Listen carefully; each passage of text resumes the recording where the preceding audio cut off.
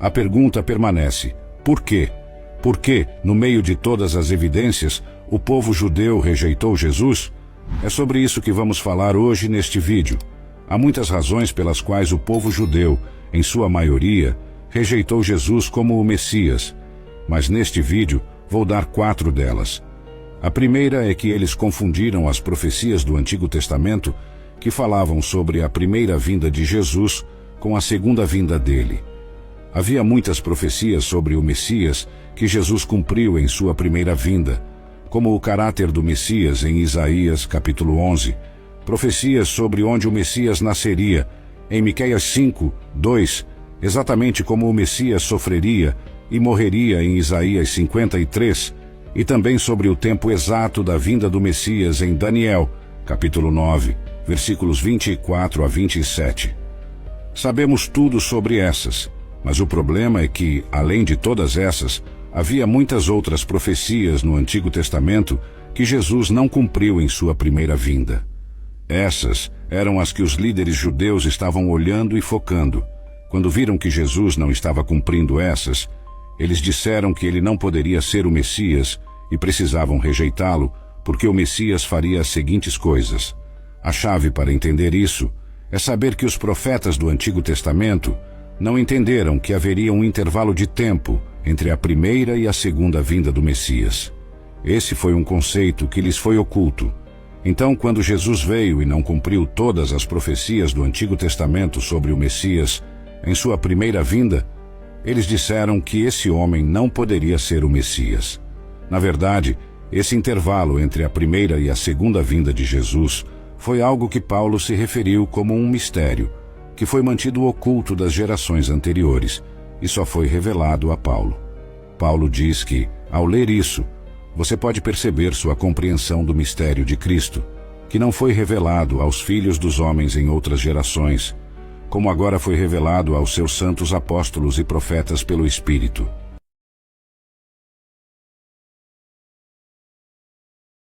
Há algo que muitas pessoas estão fazendo ou não fazendo, que está impedindo-as ou afastando-as de um dia experimentar a vida eterna, e a pior parte é que elas nem sequer percebem isso. É sobre isso que vamos falar neste vídeo hoje. Estamos olhando para lições que você e eu podemos aprender enquanto nos elevamos e escalamos as montanhas da Bíblia, porque Deus quer falar conosco dessas mesmas montanhas hoje.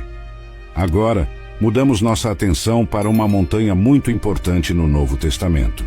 Esta é o que é chamado de Monte das Bem-aventuranças, onde Jesus pregou seu famoso Sermão da Montanha em Mateus, capítulos 5 a 7. Vamos explorar algumas lições muito importantes neste vídeo. Como sempre, quero dar um pouco de contexto. Então quero que você imagine que é um judeu do primeiro século e está viajando pela Galileia. Há esse professor que está ganhando popularidade e fama, cujo nome é Jesus. Por onde ele passava, havia multidões de pessoas o seguindo, pois ouviram que ele era capaz de curar os doentes, ressuscitar os mortos, fazer os coxos andarem e os cegos verem. Ele ensinava como alguém que tinha autoridade e havia multidões o seguindo por toda parte. Na verdade, para contextualizar isso, em Mateus capítulo 4, versículo 25, diz que grandes multidões o seguiam por onde quer que fosse. Pessoas da Galileia, das 10 cidades, de Jerusalém, de toda a Judéia e do leste do Rio Jordão. E então, no próximo capítulo, no capítulo 5, versículos 1 e 2, diz que um dia, ao ver as multidões se reunindo, Jesus subiu ao lado da montanha e se sentou. Seus discípulos se reuniram ao redor dele e ele começou a ensiná-los. Então, o que Jesus está prestes a ensiná-los nesta montanha tem sido referido como o Sermão da Montanha de Jesus, seu ensino mais famoso. Neste sermão, ele vai introduzir o conceito de seu reino. Agora, sempre que você menciona a palavra reino para um judeu do primeiro século, eles automaticamente assumem que o Messias viria e restauraria o reino de Israel, e que o Messias traria um reino que incluiria bênçãos materiais e físicas. Mas o que Jesus ensina nestes 3 capítulos é muito, muito diferente do que eles esperavam. Porque veja bem, Jesus nestes 3 capítulos vai ensiná-los, primeiro e acima de tudo, sobre os tipos de pessoas que serão incluídas em seu reino. Em seguida, ele vai falar sobre os princípios do reino em termos de como as pessoas do reino operam, por quais princípios elas vão operar. E, finalmente, ele vai terminar com o caminho para o reino.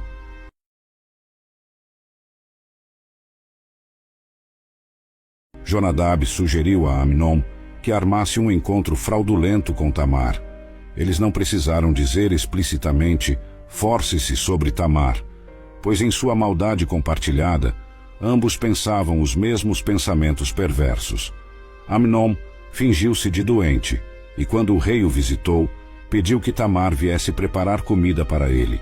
Então, Davi enviou Tamar à casa de Amnon, onde ela preparou a comida e a serviu. Mas Amnon recusou-se a comer. Ele mandou todos saírem e pediu que Tamar levasse a comida ao quarto. Quando ela entrou com a comida, Amnon agarrou-a e exigiu que ela se deitasse com ele. Tamar resistiu, mas foi violada por Amnon.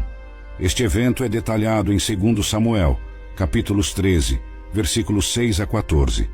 Davi, ao que parece, tinha uma atitude tolerante em relação a seus filhos. Talvez por se sentir culpado por ter muitas esposas, filhos e responsabilidades de Estado, não dedicou tempo suficiente para ser um verdadeiro pai para eles. Amnon seguiu rapidamente o conselho malicioso de Jonadab. Infelizmente, as pessoas normalmente não reagem da mesma forma quando recebem um conselho divino. Após o conselho de seu falso amigo, a maldade de Amnon revelou-se naturalmente. Tamar, consciente da imoralidade e da vergonha da situação, resistiu. Mas Amnon, cego pela luxúria, não viu o que era evidente. A emboscada estava armada. A pedido da família real, a inocente Tamar foi levada ao quarto do seu meio-irmão supostamente doente. Este episódio é descrito em 2 Samuel, capítulos 13, versículos 15 a 18, na Bíblia New American Standard. Após o ato, Amnon passou a odiar Tamar intensamente, revelando que seus sentimentos por ela eram de luxúria, não de amor. Moisés desce do monte, quebra as tábuas dos 10 mandamentos em um ato simbólico do que o povo havia feito com a aliança, e confronta Arão e o povo com sua idolatria. A tribo de Levi se junta a Moisés para punir os culpados, e a ordem é restaurada, mas não sem graves consequências. O episódio do bezerro de ouro permanece como um lembrete sombrio do perigo da idolatria e da necessidade constante de vigilância e fidelidade à aliança de Deus. Avançando no tempo, chegamos ao período dos juízes, uma era de caos e apostasia. Os israelitas repetidamente se afastam de Deus, adorando deuses estrangeiros e praticando injustiças. Um exemplo notório é a história de Sansão e Dalila, onde vemos Sansão, um juiz de Israel, revelar o segredo de sua força a uma mulher filisteia, traindo sua consagração a Deus, Juízes 16. As consequências de suas ações são catastróficas, resultando em sua prisão e eventual morte. Essa época turbulenta na história de Israel é marcada por um ciclo vicioso de desobediência, opressão, arrependimento e libertação. O povo de Israel, desviando-se dos caminhos de Deus, encontra-se sob o domínio de nações estrangeiras, clamando por libertação. Deus, em sua misericórdia, levanta juízes para liderar e libertar o povo, mas infelizmente, a paz e a fidelidade duram pouco, e logo o povo retorna aos seus maus caminhos. Sansão, uma figura complexa e contraditória, é um reflexo claro desta turbulência. Consagrado desde o nascimento como nazireu, ele tinha um chamado especial para liderar e libertar Israel dos filisteus. Contudo, sua vida é marcada por escolhas impulsivas e relações desastrosas, culminando em sua ligação perigosa com Dalila. Enganado e traído, Sansão perde sua força e é capturado pelos filisteus, simbolizando as consequências devastadoras do afastamento de Deus e da traição à vocação divina. A história de Sansão e Dalila não é apenas um relato de tragédia pessoal, mas também um reflexo do estado espiritual de Israel naquela época. A infidelidade de Sansão espelha a infidelidade do povo, e sua derrota nas mãos dos filisteus ilustra as graves consequências do esquecimento e abandono de Deus. É um lembrete poderoso de que a verdadeira força e segurança residem na fidelidade à aliança com Deus e na obediência a seus caminhos.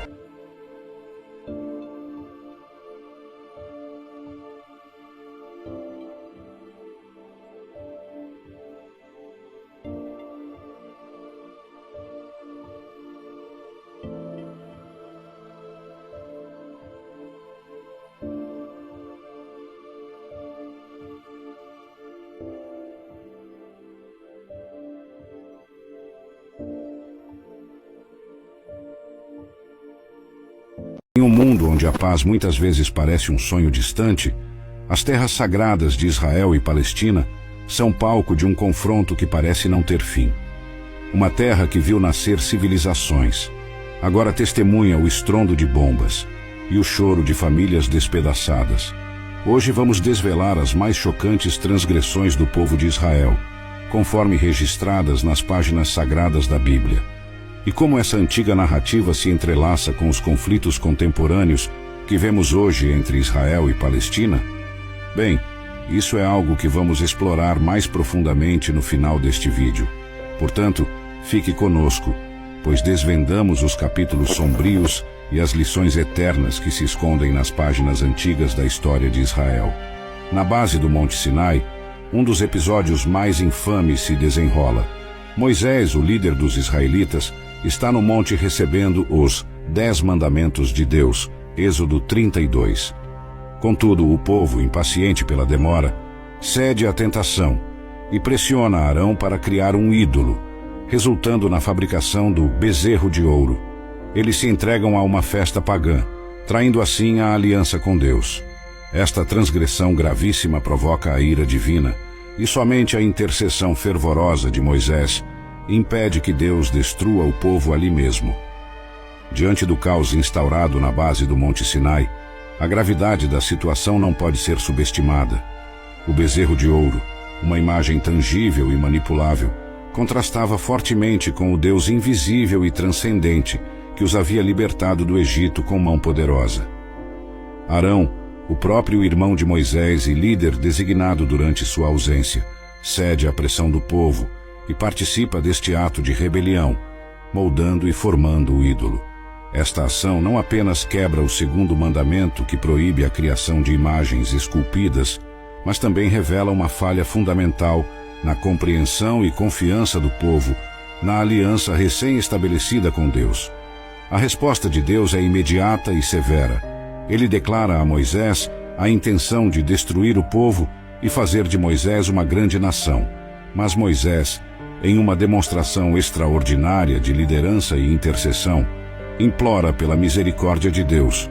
Ele lembra Deus das promessas feitas aos patriarcas e argumenta que a destruição de Israel seria mal interpretada pelas nações vizinhas. A intercessão de Moisés revela seu coração de pastor e seu desejo profundo de ver o povo reconciliado com Deus, mesmo diante de tão grande transgressão.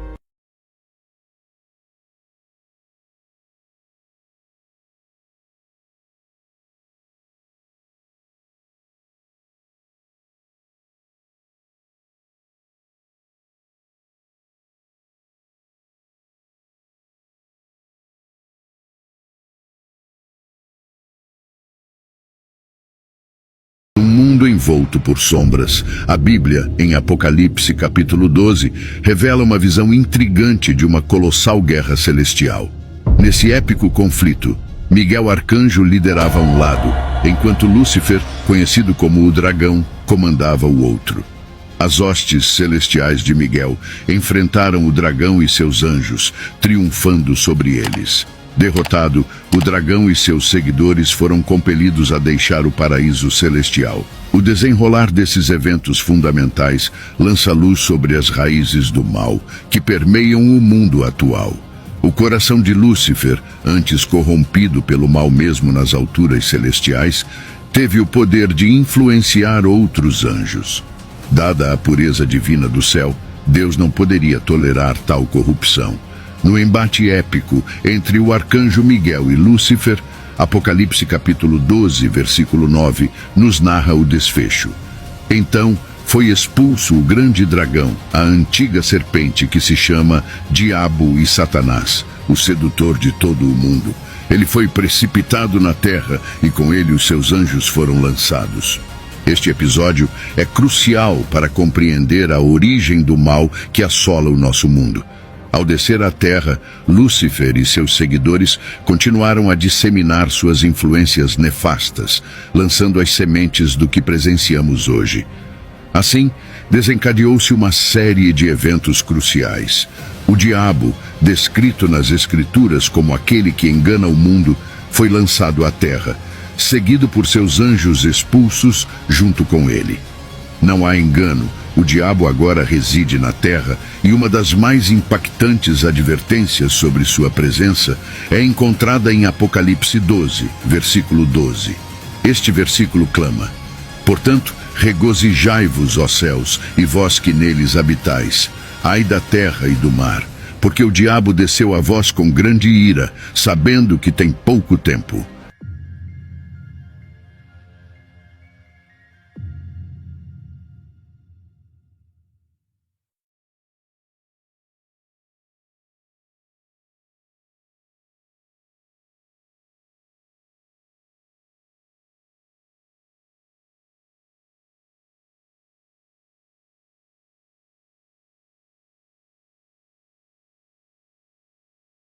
Ei, sabem de uma coisa? Isso é o que os benjamitas precisam fazer. Eles enviam uma mensagem e dizem: ei, olha, tem um festival chegando, uma festa, e basicamente algumas de nossas filhas vão estar dançando e se divertindo nessa festa. Tecnicamente, não podemos dar nossas filhas a vocês porque fizemos um juramento, mas se vocês as encontrarem e as sequestrarem, isso é problema de vocês. Se vocês as encontrarem e sequestrarem, nós estaremos livres desse juramento, porque tecnicamente não demos nossas filhas a vocês, e vocês poderão ter uma esposa e procriar. Então eles têm essa festa, e essencialmente esses 200 homens benjamitas vão e roubam e sequestram essas mulheres enquanto elas estão dançando em uma festa, e as levam de volta como suas esposas. Agora, pessoal, eu sei que esta é uma história louca, e tentei resumi-la o mais rápido que pude. Mas o ponto é este: uma decisão ruim muitas vezes leva a outra, e todo tipo de decisões ruins afetam outras pessoas. Passe por essa história novamente e veja quantas pessoas foram afetadas negativamente por uma decisão ruim. Alguns dos homens benjamitas mereciam o que aconteceu com eles, mas a maioria das pessoas em Benjamim não tinha nada a ver com isso e morreram em batalha. O povo de Jabes Gileade morreu também. As mulheres foram então levadas de sua terra e dadas a esses benjamitas. E então, essas outras mulheres foram sequestradas pelos homens benjamitas e levadas para longe de suas famílias. Tudo isso aconteceu por causa de decisões ruins. Mas aqui está a quinta e última lição que quero encorajá-lo hoje. Deus tem graça para nós, mesmo no meio de nossas decisões mais destrutivas. Note como o livro de Juízes termina. Diz aqui que os benjamitas fizeram isso e pegaram o número de mulheres que precisavam dos dançarinos que capturaram. Eles voltaram para sua própria herança, reconstruíram suas cidades e viveram nelas. Naquela época, cada um dos israelitas voltou de lá para sua própria tribo e família. Cada um voltou de lá para sua própria herança. E claro, o último versículo do livro de Juízes caracteriza e descreve todo o livro de Juízes. Diz aqui que naqueles dias não havia rei em Israel. Cada um fazia o que lhe parecia certo. Meu amigo, embora Deus tenha sido gracioso ao permitir que esta tribo de Benjamim se reconstruísse e se repovoasse e não fosse extinta, houve consequências para suas decisões. E se não há mais nada que você tire deste vídeo, quero encorajá-lo a entender que cada decisão que você e eu tomamos tem consequências. Muitas vezes, consequências que nem mesmo podem ser medidas e consequências que não podemos escolher. Te vejo no próximo vídeo. Tchau por enquanto. Deus te abençoe.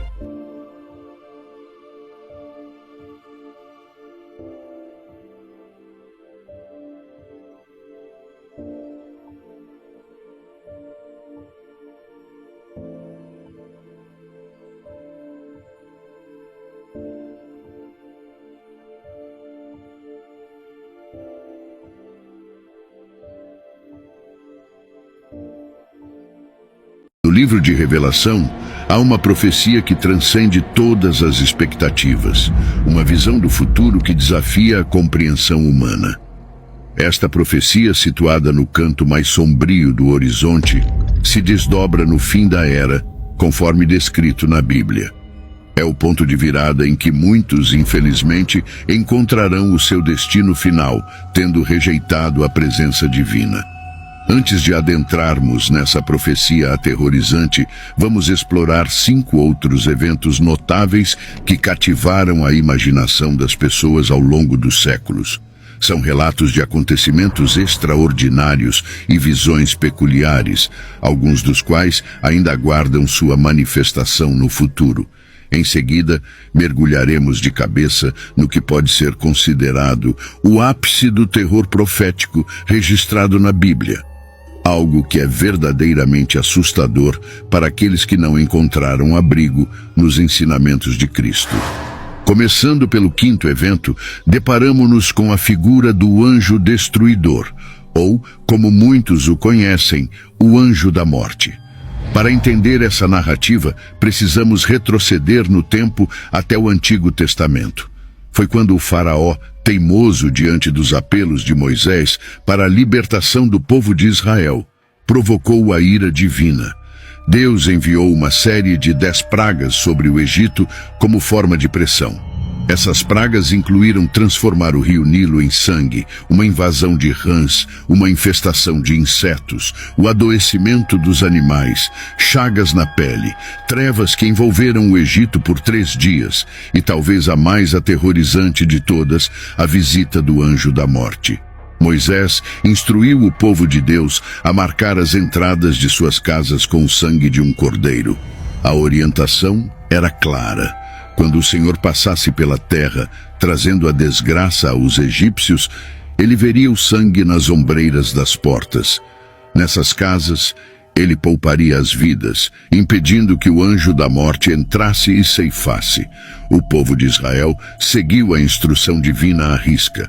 À meia-noite, o Senhor realizou sua terrível ação, vitimando todos os primogênitos no Egito, desde o filho do faraó que estava no trono, até o filho do prisioneiro na masmorra, incluindo até mesmo os primogênitos do gado.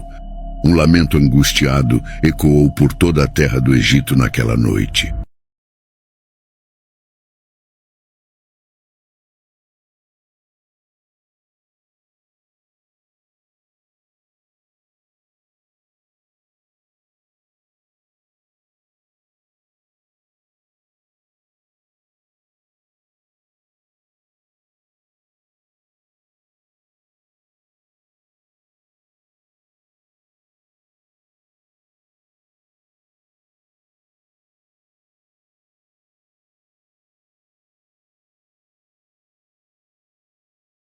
Porque o que acontece agora, no capítulo 20, é uma guerra civil entre as 11 tribos de Israel, e eles estão lutando contra a tribo de Benjamim, porque é a tribo de Benjamim que cometeu esse ato hediondo de pecado contra um de seus próprios irmãos israelitas. Então eu quero encorajá-lo a ler em detalhes os capítulos 20 e 21, mas para resumir, há uma enorme batalha. Milhares e milhares de vidas foram perdidas como resultado dessa batalha, de ambos os lados. E o que acaba acontecendo é que só restam 600 homens benjamitas. Então, no capítulo 21, as outras 11 tribos começam a se sentir mal ou a ter pena da tribo de Benjamim, porque basicamente estão com medo de que essa tribo de Benjamim vá se extinguir, já que há 600 homens vivos. Mas não há mulheres de Benjamim para eles se casarem e procriarem. Agora eles têm outro problema, porque agora estão preocupados que uma de suas 12 tribos de Israel vá se extinguir. Agora isso leva à minha 4ª lição. Cada decisão ruim que tomamos tem consequências que não podemos escolher. Embora o que essas pessoas benjamitas fizeram fosse errado, as outras 11 tribos vindo e realmente lutando e matando-as, foi uma decisão que eles tomaram, e agora eles têm que pagar pelo resultado dessa decisão, e os benjamitas também têm que pagar pelo resultado de sua decisão ruim. Ouça, você pode escolher seu pecado, mas não pode escolher suas consequências. Cada decisão que você toma tem consequências e o problema é, pessoal, você e eu não podemos escolher esses tipos de consequências. Então, o que acontece é que esses israelitas vão e matam homens desse clã chamado Jabes de Gileade, e há 400 mulheres que nunca estiveram com um homem. Então, eles pegam essas 400 mulheres e as dão a 400 dos 600 homens benjamitas, para esses homens benjamitas procriarem. Mas qual é o problema? Matemática simples. Havia 600 homens benjamitas que não conseguiram encontrar esposas, porque todas as esposas foram assassinadas e mortas. E 400 deles agora têm uma esposa dada a eles do clã de Jabes de Gileade. Então, o problema é que agora há 200 homens de Benjamim que não têm esposas. E é por isso que eu disse que uma decisão ruim muitas vezes leva a outra, porque o que acontece a seguir é que esses israelitas basicamente dizem: sabe de uma coisa, nós todos fizemos um juramento e dissemos que não poderíamos dar nossas filhas a nenhum dos benjamitas, mas não diz nada sobre se elas forem levadas. Então, o que acontece é que eles têm que tomar outra decisão ruim e dizem: ei, sabem de uma coisa, isso é o que os benjamitas precisam fazer. Eles enviam uma mensagem e dizem: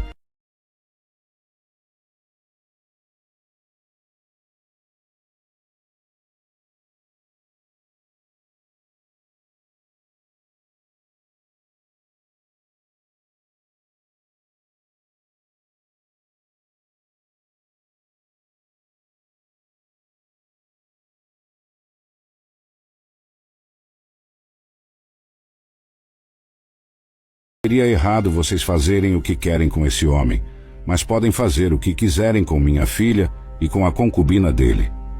A mentalidade dele era de que a vida e a virtude deste homem valiam mais do que sua própria filha e a concubina deste homem. Precisamos ter certeza, e é por isso que assistir a sites inapropriados e coisas desse tipo, precisamos ter certeza de não fazer isso.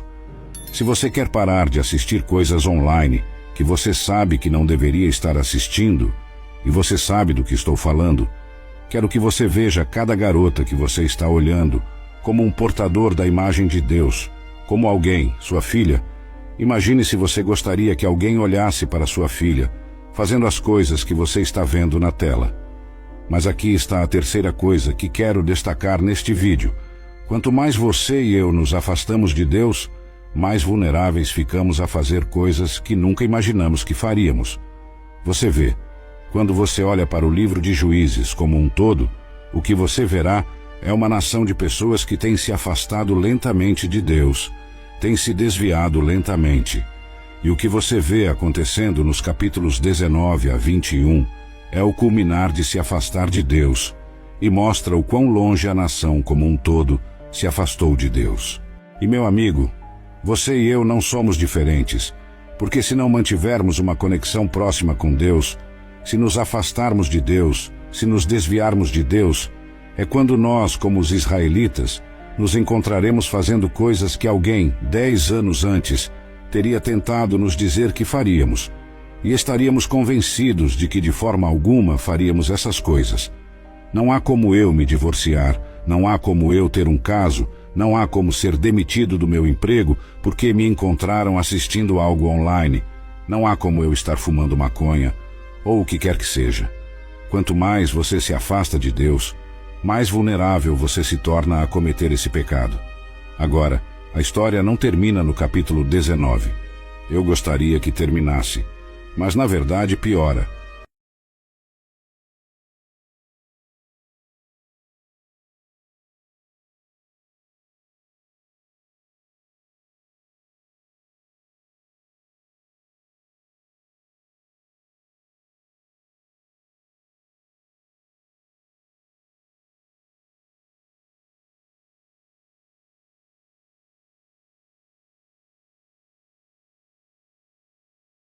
Diz aqui que quando seu senhor se levantou de manhã, abriu as portas da casa e saiu para continuar sua viagem, lá estava a mulher, sua concubina, desabada perto da porta da casa com as mãos no limiar.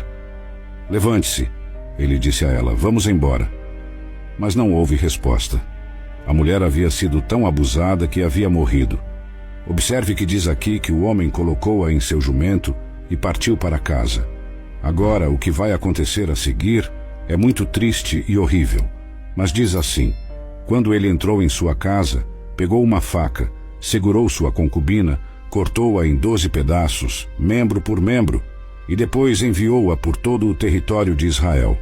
Todos que viram isso disseram: nada como isso já aconteceu ou foi visto desde o dia em que os israelitas saíram da terra do Egito até agora. Pensem nisso, discutam e falem. Esse homem levou sua concubina para casa, cortou-a em 12 pedaços e, sem dúvida, anexou uma carta a cada pedaço de sua concubina falecida e enviou um pedaço diferente de seu corpo para as 12 tribos de Israel, com uma carta contando exatamente o que havia sido feito por seus próprios irmãos, uma das 12 tribos de Israel, a tribo de Benjamim. E quando estas outras tribos viram e leram o que havia acontecido com essa mulher, disseram: nada como isso já aconteceu ao longo da nossa história. Agora, há muito mais na história nos capítulos 20 e 21, então quero que você aguarde. Mas é aqui que quero começar a olhar para algumas lições que podemos aprender com isso. E a primeira lição é esta: quando não há responsabilidade em nossas vidas, temos uma forte tendência a nos desviar. Observe o capítulo 19 de Juízes, versículo 1, que lemos anteriormente, mas vou lê-lo novamente. Naqueles dias, quando não havia rei em Israel. Você vê, quando você e eu não temos que prestar contas, quando não há medo de termos que nos explicar ou ser responsáveis por nossas decisões e ações, meu amigo, estamos mais propensos a tomar decisões ruins, porque pensamos que podemos tomar essas decisões isoladamente, sem ter que responder a mais ninguém. E isso é exatamente o que estava acontecendo em Israel. Não havia rei, havia uma lei. Mas as pessoas não estavam respeitando a lei, ela não estava sendo aplicada. E como resultado, o que aconteceu? Eles acabaram fazendo algo que provavelmente nunca imaginaram que fariam. A segunda mini lição que quero abordar é garantir que tratamos todo ser humano como um portador da imagem de Deus. Aqui está esse homem dizendo: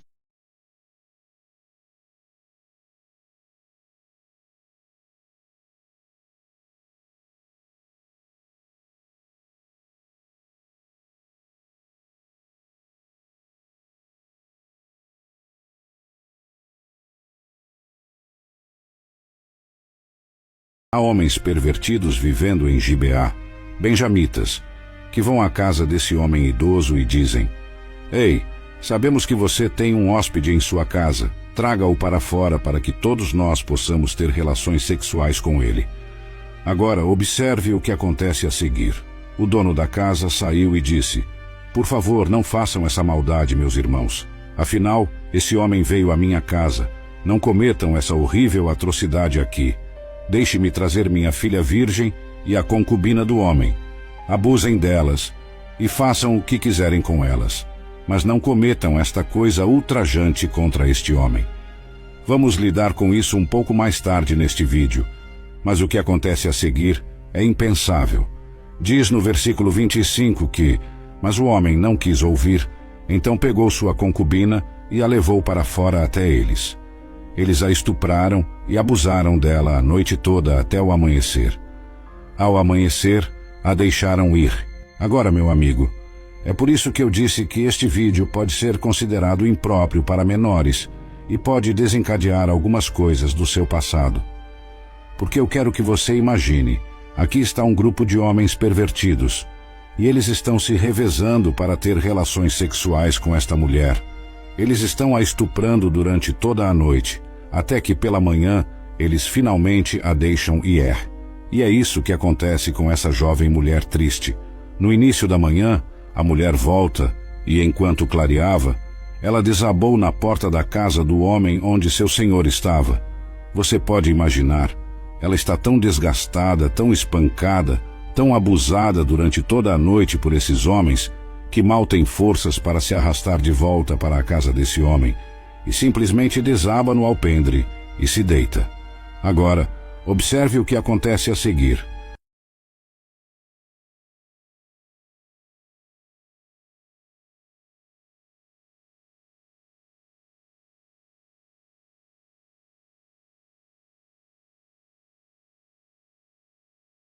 Existe uma história no Antigo Testamento que, se eu for sincero com você, considero a mais perturbadora de toda a Bíblia e que poderia muito bem ser considerada imprópria para menores de idade.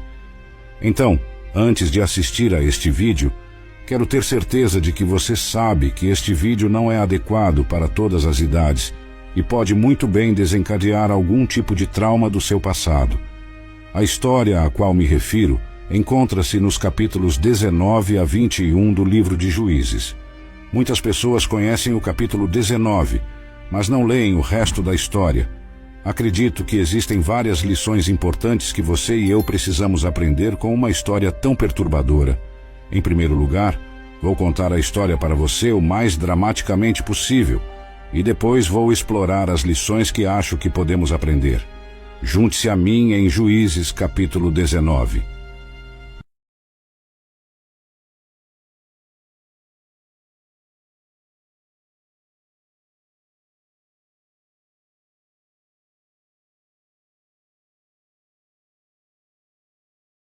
No capítulo 19, versículo 1, nos dias em que não havia rei em Israel, um levita que morava numa parte remota do país montanhoso de Efraim adquiriu uma mulher de Belém de Judá como sua concubina.